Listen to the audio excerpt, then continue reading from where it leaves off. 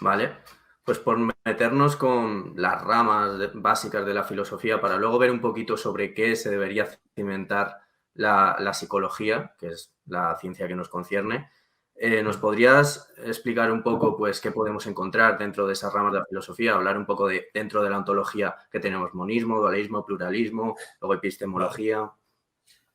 Vale, sí, pues a ver, las ramas de una filosofía rigurosa no dejan de ser también las ramas que hay en la filosofía clásica en general. Quizás se excluyen algunas que no podrían ser compatibles por principio con, digamos, las filosofías rigurosas imperantes actualmente, que son naturalistas y materialistas. Entonces, pues la ontoteología, la teología, pues no serían parte de una filosofía de rigor, ¿no? Por ejemplo. La estética también entendida como arte, sentido, no, pero sí una estética analítica, ojo. Entonces podríamos decir pues que eso, las principales ramas de la filosofía científica son las ramas de la filosofía clásica, quitando estas cosillas, ¿no? La fenomenología también entendida así de un modo muy suyo, ¿no? Como Sartre y esta gente, pues también no sería parte de una filosofía de rigor. Las ramas que sí lo serían, pues serían la lógica, no la lógica proposicional o tal, sino la filosofía, la lógica filosófica, por así decirlo. La semántica tampoco no es la lingüística o la psicolingüística, sino la semántica filosófica.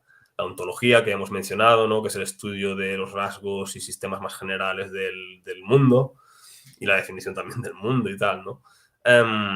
La epistemología, ¿no? La teoría del conocimiento, que bueno, aquí hay también nadie se aclara que es realmente si epistemología y teoría del conocimiento es lo mismo, o la epistemología es la parte de la teoría del conocimiento que solo trata el conocimiento científico, y ahí hay un poco de debate, pero bueno, digamos, teoría del conocimiento, pues sería otra rama de la filosofía de rigor. La filosofía de la ciencia, digamos que sería como una aplicación de todo esto. Entonces, dentro de la filosofía de la ciencia, pues hay pues también ontología de la ciencia, semántica de la ciencia, lógica de la ciencia, epistemología de la ciencia, no sería una aplicación. Luego tendríamos también, pues eso, la ética, la axiología, ¿no? Digamos, las disciplinas sobre las mejores conductas en sociedad y los valores y, no, pues esas serían las ramas en general. La estética, entendida de una forma, digamos, analítica, pues también sería una rama de una filosofía con rigor. Y eso, y habrían diferentes propuestas, sistemas en cada una. Y luego hay pues diferentes subdebates y uno de ellos, en ontología, que es el que decía Marcos antes, es el tema este del monismo, el pluralismo, que realmente esto de hablar de monismo, dualismo y pluralismo, pues es como contar con los dedos de una mano, ¿no? Uno, dos o muchos, ¿no?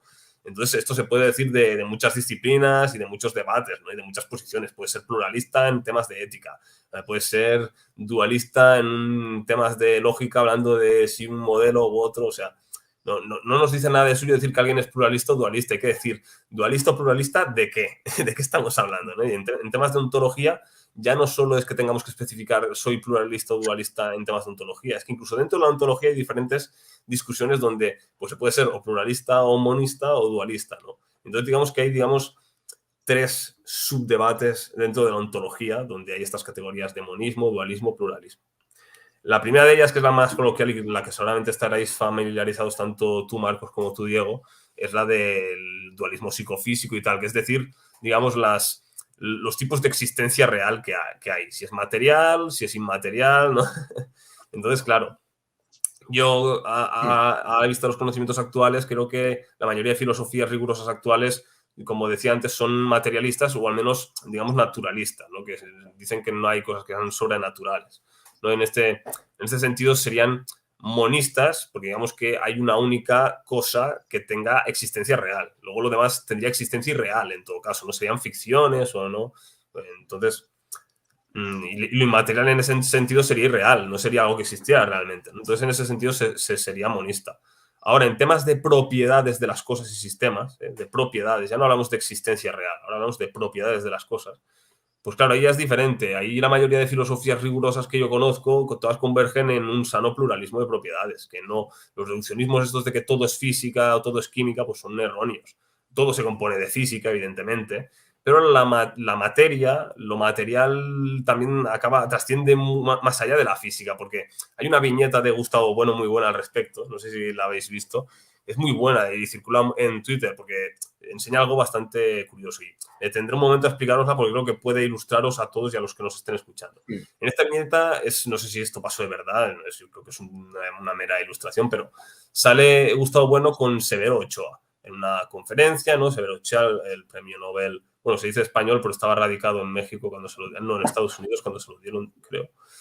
Pero bueno, pues que estaban como hablando y Severo Ochoa le decía ya a todos los espectadores, a todo el mundo, no, todo es química, esta silla es química, este libro es química, nosotros somos química, todo es química. Entonces decía Gustavo Bueno, así que todo es química, ¿eh? Así con un tono así de chincharle. Así que todo es química. Y el otro, sí, todo es química, Gustavo, todo es química, este libro también es química, tú eres química, todos somos química. Y Gustavo, bueno, muy bien. Oye, ¿me puedes decir qué enlaces químicos entrelazan esta A y esta E de esta palabra? Y el otro como que se queda pensando, pues este que me está diciendo, y el Gustavo Bueno como que se queda pensando, este no se está enterando, ¿no? O sea, que los dos no parecen converger, pero sí que creo que se ve que el que sabe el tema es el Gustavo Bueno, porque está diciendo, todo se compone de química, pero no todo se reduce a la química, porque efectivamente podemos decir que las expresiones escritas y tal, pues sí, las hacemos con nuestros brazos que se componen de física, de química, y nuestro cerebro y nuestras conductas y tal. Pero las propiedades, digamos, sociológicas y culturales de entender qué es una palabra, de su procesamiento, tal, todo esto también es material, pero no se reduce a la física. Incumbe sistemas psicológicos, incumbe sistemas sociales que también tienen sus cambios, sus energías, su entropía, son sistemas materiales, pero no son reducibles únicamente a la física, aunque la física esté en todo, ni a la química, aunque la química también esté en casi todo. Entonces, pues es eso, es importante. Entonces, en ese sentido, casi todas las filosofías de rigor que conozco son pluralistas en el sentido de propiedades, pero monistas y naturalistas o materialistas en el sentido de existencia real. Y luego hay un tercer, y acabo, hay un tercer subdebate en ontología, un poco más reciente, por así decirlo, que es un poco de matiz, que es decir, cuáles son las sustancias que hay en el universo, hablando como los objetos más elementales que componen todas las cosas, que obviamente tendrán que ser físicos, porque hasta ahora lo más pequeñito, lo más fundamental que hemos trabajado es con la física, de la misma forma que lo más elevado en lo que hemos trabajado en propiedades emergentes sería la sociedad y la tecnología, ¿no? Más inferior, pues eso, la física y en particular la cuántica, ¿no? Y tal, bueno, la microfísica que se diría. Y ahí, pues claro, la ciencia puede aportar muchísimo las nuevas investigaciones sobre qué son, si había una sustancia, si habían muchas, ¿no? Y claro, como ahora estamos con todo el tema de la teoría de partículas y de campos y tal, pues podríamos decir que cada campo de partículas pues es una sustancia. Entonces podríamos decir que también el pluralismo de sustancias es admisible como algo de rigor en filosofía. Pero bueno, aquí digamos que hay más controversia, porque además algunos confunden esto de sustancia en este sentido con la existencia real, ¿no? Y entonces a veces dicen, no, yo soy pluralista, por eso soy materialista. No es que sea pluralista de dualista, sino que soy pluralista en sustancias entendidas como lo más elemental que conforma a las cosas, pero sí que soy materialista en el sentido de existencia real, ¿no? Entonces, a veces hay algunas confusiones, o con propiedades también, entienden, no, yo soy dualista porque yo creo que todo es física, pero también psicología, ¿no? Y entonces, eso soy materialista. Y yo, bueno, no tiene por qué. Si psicología se entiende como propiedades psicológicas emergentes de la física, pues no tiene por qué ser dualista. Quizás se ha equivocado porque también hay propiedades químicas, propiedades sociales, hay propiedades biológicas, no solo físicas o psicológicas, pero también no sería necesariamente algo dualista. Sí que sería dualista, ¿no? Pues afirmar, pues yo qué sé, pues que la mente es eso, es una especie de alma descarnada, inmaterial. Ahí sí que estaríamos hablando de que hay una existencia real que ya no es material, que es inmaterial, ¿no? Entonces ahí sí que habría un dualismo que se podría rechazar desde todas las filosofías de rigor que hoy conozco y desde la ciencia, evidentemente. Muy bien. Óscar, a raíz de lo que dices, un par de preguntas más. Bueno, primero, la anécdota esta de Gustavo Bueno, que viene también de nuestro colega de Twitter que recomendamos muy bien, que subió las imágenes, Isaac Carcacía. Sí, recientemente, es verdad, lo puso en la viñeta esta. Que me he acordado justo cuando lo has contado y súper recomendado también, al igual que Óscar. Y te quería preguntar, bueno, primero también, dos libros al respecto de lo que comenta Óscar. En materia y mente, podríamos rasgar un poquito, que hay un poco de sesgo neurocientífico por parte del bueno de Mario. No es perfecto el hombre, ha hecho muchísimas cosas, claro. ¿vale? Y luego, que a mí me habría encantado que se conociesen, a nuestro amigo Cantor, que, por cierto, aprovecho, Marcos, para decir que en el anterior capítulo al pobre, ¿cómo le llamé? Joseph, ¿no? Joseph le llamaste. Es Jacob, ¿vale?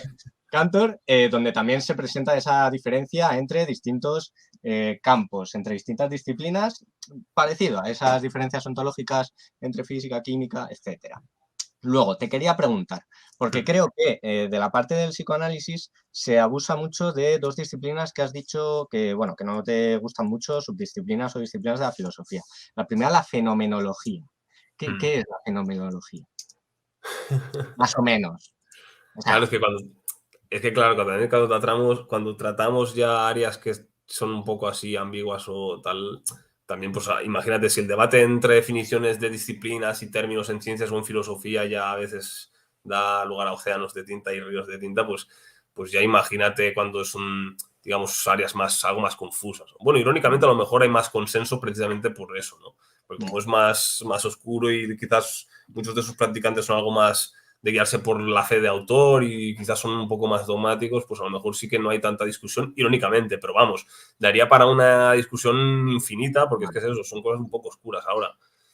Yo creo que por fenomenología, en general, es que esto tiene muchos sentidos. Fenomenología también se utiliza en ciencias para hablar de teorías que se han construido no desde unos principios y teóricos así muy generales a la experiencia, sino al revés, que mediante experiencias y modelos empíricos han ido ahí juntando y tal, y eso sería un sistema fenomenológico, ¿no? Y sería porque eso sería muy fenoménico, muy de observaciones, ¿no? De tal.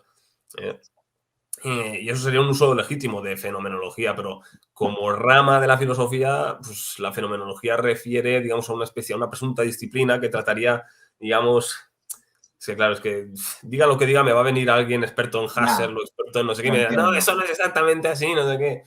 Pero digamos que intentan acceder a las esencias de las cosas mismas, pero entienden que eso, claro, no se puede hacer, digamos, de una forma, digamos, objetivista, sino que mediante unas intuiciones puras, digamos, los cuales esto es la experiencia pura que nosotros tenemos de las cosas, ¿no? Nuestro sentir de las cosas, es el que nos lleva a aprender realmente a las mismas, ¿no?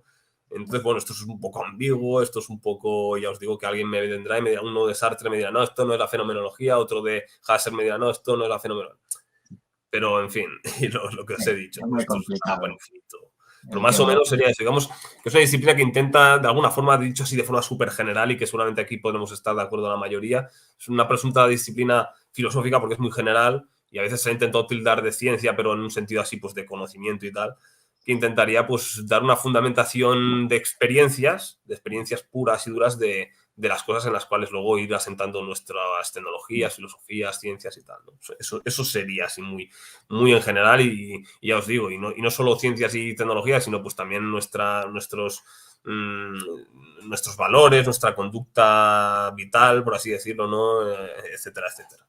Es que fíjate que yo creo que la fenomenología tiene mucho protagonismo en el problema de analizar el psicoanálisis, porque en la psicoterapia, bueno, en el trabajo del psicólogo, en realidad, en cualquier parte, también en trabajo también ocurre, pues estás entrevistando a gente, ¿no? Entonces, Lacan postulaba, es una de las grandes cosas que creo que defienden los psicoanalistas, que es que desde la ciencia se intenta imponer algunas cosas, como por ejemplo el entendimiento de los problemas que tenga la otra persona. Viene una persona con cierta problemática o en mi caso, pues a mostrar su perfil blando, como llamamos, que es su forma de ser, las competencias, etcétera, y nosotros nos apropiamos de esa información y la interpretamos desde nuestro punto de vista científico, donde ha habido, pues eso, una malversación de la esencia del ser humano, etcétera, que tienen pues allí esa película.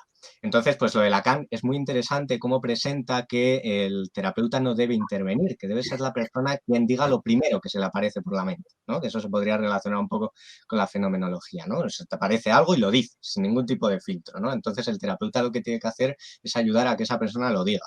Y yo me acuerdo que en su momento, cuando me enteré de esto, hice un hilo donde lo criticaba diciendo que William James ya hace muchísimo decía que existía la falacia del psicólogo. La falacia del psicólogo es algo así como entender lo que me cuentan bajo mis propios preceptos y así contaminar el pensamiento del otro. Esto significaría que si la otra persona entiende lo que me ha contado desde un punto de vista inconsciente, es porque yo mismo, desde mi teoría, desde mi propio aparataje de la terapia, te lo he inculcado. Entonces, no existe que una persona te diga lo primero que se le pase por la mente sin ningún tipo de contaminación.